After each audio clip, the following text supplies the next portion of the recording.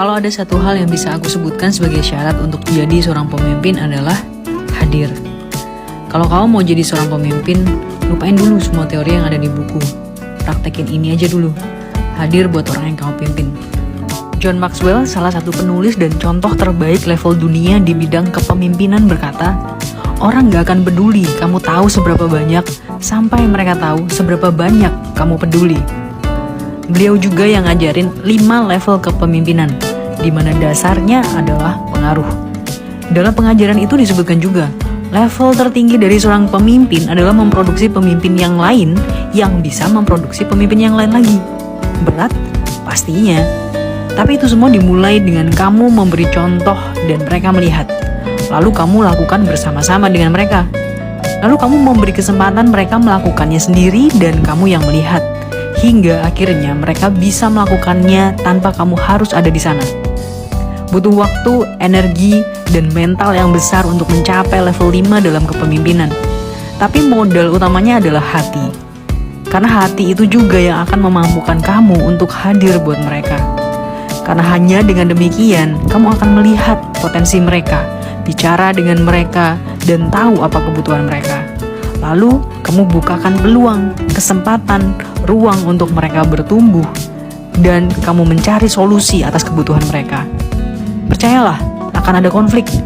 Tapi justru dari situ, ada pertumbuhan, kemampuan memaafkan, dan saling menerima. Jadi, kalau kamu mau jadi pemimpin, mulailah dengan langkah pertama. Hadir buat orang yang kamu pimpin.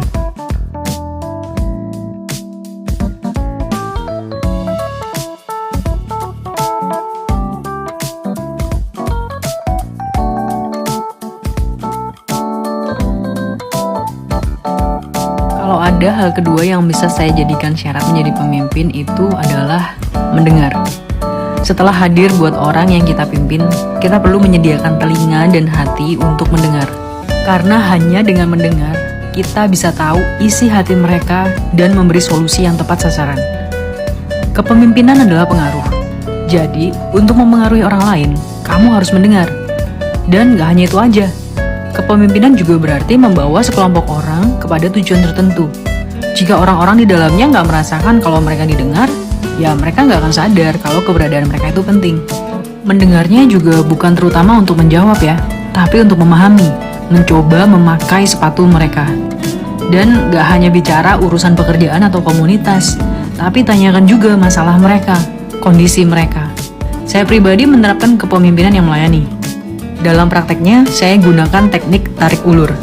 Ini supaya kita sebagai pemimpin dirasakan mudah untuk dijangkau, tapi tidak terlalu mudah juga agar tidak diremehkan. Jadi, ada saatnya hadir, ada saatnya tidak hadir. Ada saatnya bicara sebagai teman, ada saatnya memberi nasihat atau arahan dengan tegas. Tapi saya pastikan untuk selalu mendengar, baik melalui sistem pertemuan formal atau sesederhana chat WhatsApp. Tujuannya, biar orang yang kamu pimpin merasa dimanusiakan, tahu kalau keberadaannya itu penting dan dihargai. Percayalah, ini semua butuh latihan. Ada kalanya kamu akan gagal atau disalahpahami. Tapi, pemimpin yang tangguh adalah pemimpin yang mengutamakan kepentingan bersama lebih dari egonya sendiri. Jadi, kalau kamu mau jadi pemimpin, praktekin juga hal yang kedua ini ya, yaitu mendengar.